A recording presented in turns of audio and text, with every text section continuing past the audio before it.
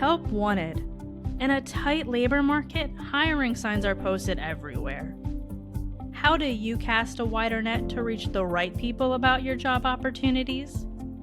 What makes your recruitment campaign stand out in the crowd? Welcome to the Adlibber podcast, featuring conversations of influence. Some of it planned, much of it ad-libbed. Welcome back to the Adlibber podcast, where we discuss digital marketing and brand strategy topics and have conversations with influential people. I'm your host, Jay Scott, account director on the public relations team at Gavin. Today, we're talking recruitment campaigns, how they are used to educate the public on workforce opportunities, what goes into the creative, and where we use them. Joining me today are Mike Warinch, founder of Jupiter Recruiting Services in Baltimore, Maryland, and Rachel Kelly, art director at Gavin. Welcome to the Adlibber. Hi, everybody. Happy to be here. Thanks for having me on, guys.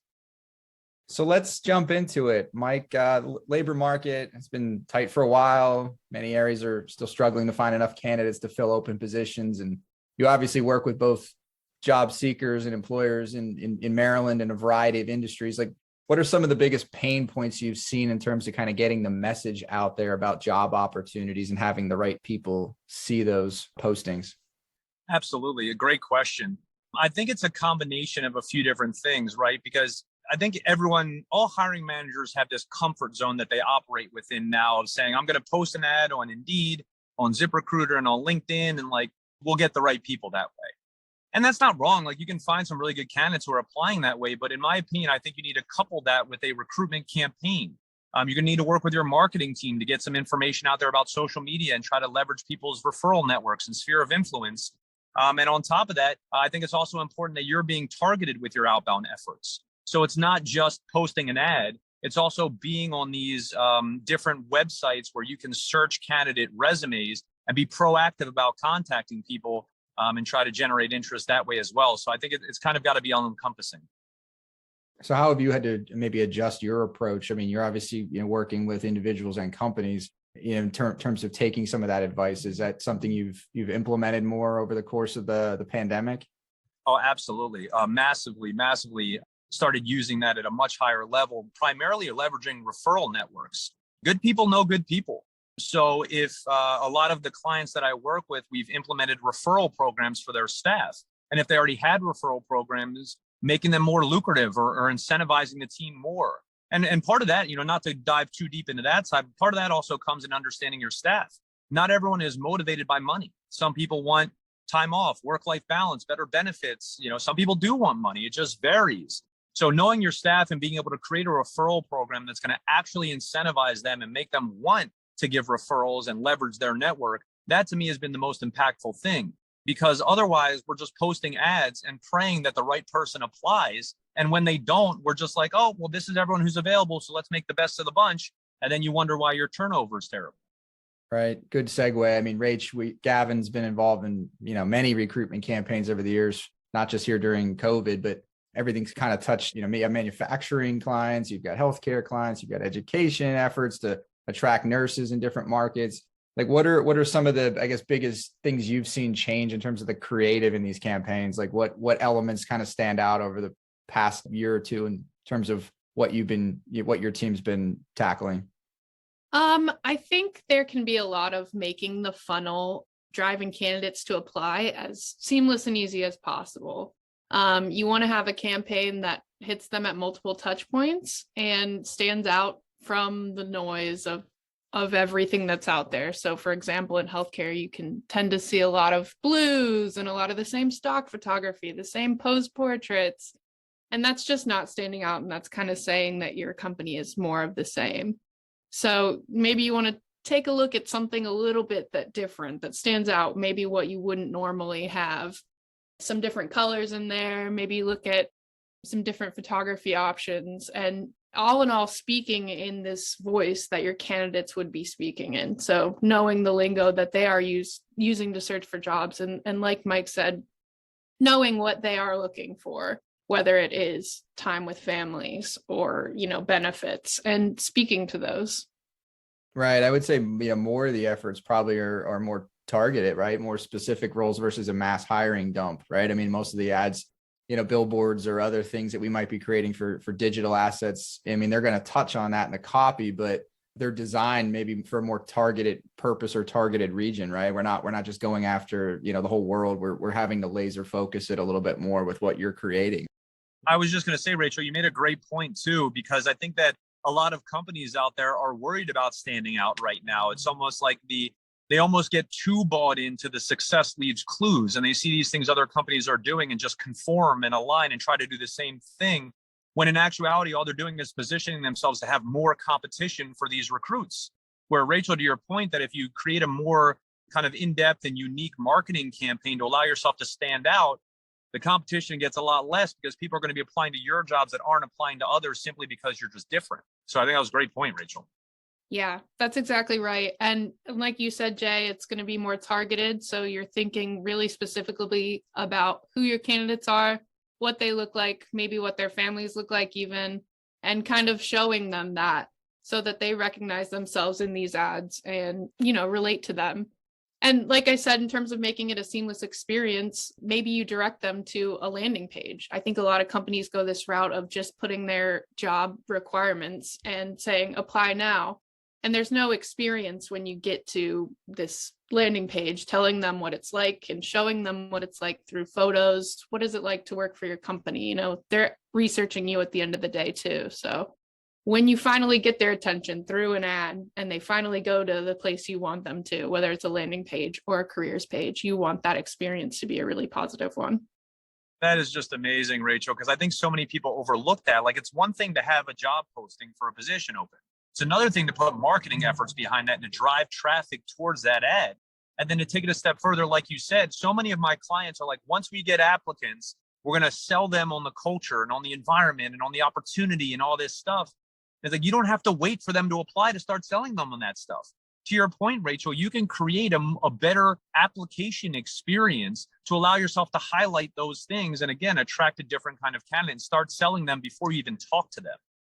And I'm sure, Mike, a lot of candidates are passive job seekers. They're not necessarily firmly in the market for a new job, but if they saw a company that really resonated with them, they would take the opportunity to apply. Let's talk about, you mentioned a couple of things previously, kind of the creativity, the perks. Everybody's probably looking for work from home and they're looking for flexibility. They've grown accustomed to it now. And now if they're going after a new job, they want that as well. Certainly that's in the copy. Certainly that's baked into websites and other things. But Rach, can you talk a little bit about maybe some of the alternative platforms that we're using? I mean, I know from a digital side, you're not just putting something on an Indeed. You got to get creative with Google. You got to get creative with other social platforms to get the message out there. Talk about that for a second. And maybe Mike, you can kind of add to that a little bit of what you're seeing. Yeah, you're definitely going to beef it up with keyword search, display ads, socials, and not just socials in general, but I mean, depending on the age range of your candidates, which socials that they're spending time on. You've got specific platforms for younger candidates and specific ones that millennials are spending time on. We do more traditional ones in terms of billboards. Sometimes I would think that is generally for larger kind of manufacturing clients. I would think kind of go that route sometimes. Mike, what are you seeing? What kind of, new ways of kind of reformatting, getting in front of the right audience? Because you do work in multiple verticals. So it's not like a manufacturing company utilizing one approach is going to work in healthcare or work in some other kind of professional services line or tourism for that matter. There's so many different options out there. What kind of alternative platforms are you taking notice of or maybe implementing?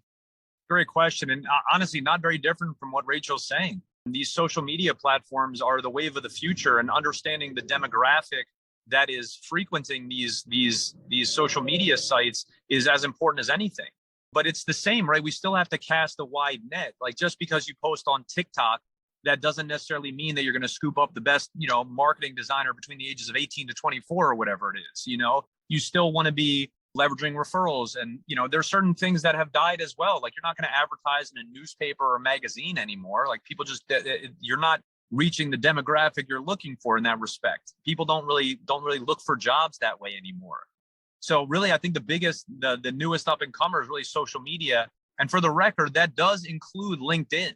I think a lot of people, like, it's great for professional networking. It's an amazing platform, but I think certain people don't view it the same as social media. It is still social media. It's just got a more professional feel to it. So I think that it's got to be all encompassing across all the social media platforms. And again, with a more kind of direct and targeted effort on the ones that are going to align with the demographic that you're targeting.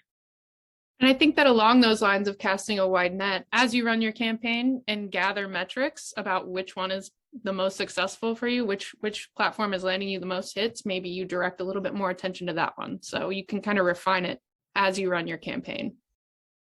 Rachel, and on top of that, you mentioned the keywords and the buzzwords. Those are incredibly important right now because if you're talking, everything's digital. So the more buzzwords and keywords you have in there, the more people you're going to show up more in their searches. And understanding what those buzzwords are is what's so important in the market. Jay, you made a great point. Work-life balance right now. I don't know that I'm hearing anything more that is needed for job seekers than work-life balance. And the thing that's crazy to me that I'm hearing is it's not only the work-life balance, the ability to work remote or in a hybrid opportunity, but on top of that, candidates also want vacation time still, and you still have to be able to cater to that because working from home and taking a vacation are two different things. So you really need to understand who it is you're trying to attract and what packages they're looking for so that once you do get them in, you can make sure that you have a package that aligns with what's hot in the marketplace right now. Are employers receptive to that? I mean, thinking of, not just the work from home, we've adjusted to that and they've certainly made investments in technology and other things to make it possible for folks, at least on a hybrid basis.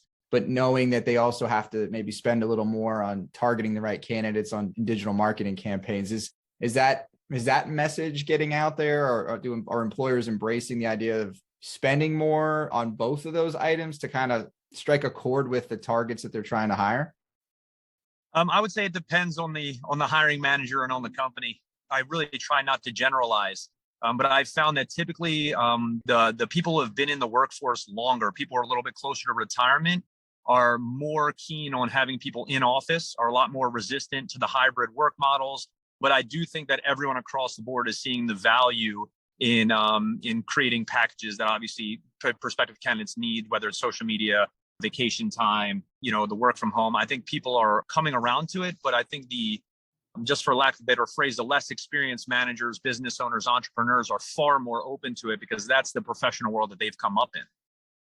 Right. I mean, Rach, looking at it from a creative standpoint and thinking about where things are trending based on what we've experienced over the past year or two. I mean, what's the next iteration, or what do you think the focal point will be, over the rest of this year as we're kind of everybody's kind of getting back to more of normal, or settling into what is going to be the new normal for their particular workforce? I think focusing on a positive overall brand experience. If that's not in line when candidates go to research your company to see if they want to work there, then they're not going to be interested. It's a part of a whole package. A recruitment campaign is great. You also need to have a solid brand when they get to your website as well. Mike, what advice would you give to companies that they haven't really made that investment? They haven't gone down that road, maybe doing the recruitment campaigns within their marketing plan. They're thinking about it, maybe want to test the waters, but what's the advice for those companies? And maybe it goes back to what you said of kind of digital, the social platforms are here, they're here to stay. They're part of this current generation. The next generations are certainly looking on Facebook and LinkedIn and outlets like that. When it comes to hiring, they're not looking at the newspaper. So, how do you advise companies moving forward on how to approach recruitment campaigns in their marketing? Absolutely. So it's kind of two-tiered, right? First of all, I would say either partner with a great marketing company or use your marketing department. But there has to be a digital marketing campaign behind it. It's the only way you're going to be able to cast a wide enough net. It has to be there. The other thing is we got to be proactive. We cannot sit here and wait for the right person to apply. I cannot hit on that enough. You're sitting here waiting for the right person to apply, and maybe 15 people, 50 people, 100 people, whatever apply. You're still only dealing with a puddle of candidates that applied who are in the right place at the right time to see your ad, when there might be an ocean of qualified people. We have to be proactive about trying to attract these candidates. There's too many opportunities, too much access to opportunity, and too much competition to just sit back and wait and pray that the right person applies. So we got to put a strong marketing campaign behind it. Like Rachel said, have a great experience of the application process. And then to take it a step further, when the person comes in the door for the interview, you need to have a great interview process and an even better onboarding process, because those experiences are all encompassing as well. To answer directly, a marketing campaign, I think, is massively important, and then making sure that you have a quality experience throughout the process. Rach, what advice would you have? I mean, you kind of already made it in terms of thinking about it more holistically, right? I mean, it's a lot of connections between HR and marketing and the teams that, tackle that kind of work, that the recruitment campaigns really, it's maybe one small piece of a broader puzzle or cultural experience you're trying to present as a brand, right? Yeah. Think about, what makes your company different from all the other ones out there and what your candidates are looking for. And then find the spot where those two things kind of meet in the middle and make that your core messaging. Excellent. I mean, it's college graduation season, summer vacation season coming up. A lot of high school kids will be out there looking for summer jobs. We'll see if the marketing efforts pay off and a lot of those folks make the connections that they need to make. Mike and Rach, thanks for joining us on the Adlibber and helping our listeners learn a little more about the evolving workforce and the growing role of recruitment campaigns. Thank you so much for having me on, guys. This was a blast. Yeah, thanks, Jay. Thank you for listening to the Adlibber podcast. To find new episodes and get more content from our team here at Gavin, make sure to visit our website at adlibberpodcast.com. The Adlibber is also available on Spotify and Apple Podcasts.